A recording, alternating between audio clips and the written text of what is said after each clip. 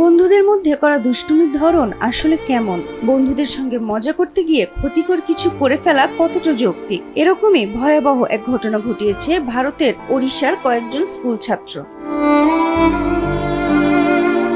ওড়িশার কান্ধামাল জেলার শালাগুড়ার সেবাশ্রম স্কুলে এই ঘটনাটি ঘটেছে।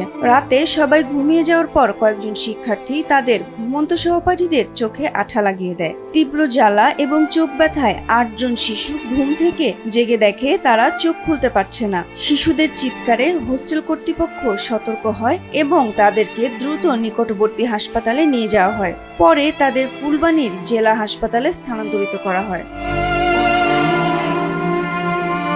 দায়িত্বরত চিকিৎসক জানান, দৃষ্টিশক্তি হারানোর বড় সম্ভাবনা থাকলেও তারা তা রোধ করতে পেরেছেন। ৮ জনের মধ্যে একজন ছাত্রকে ইতোমধ্যেই ছেড়ে দেওয়া হয়েছে।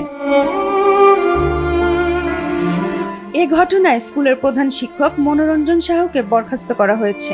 জেলা প্রশাসন কর্তৃপক্ষ জানিয়েছে, দায়ীদের বিরুদ্ধে কঠোর ব্যবস্থা নেওয়া হবে। এই লক্ষ্যে উচ্চ স্তরের তদন্ত শুরুর নির্দেশ দিয়েছে কর্তৃপক্ষ। মাজেদুল নাফিসা, দেশ টিভি।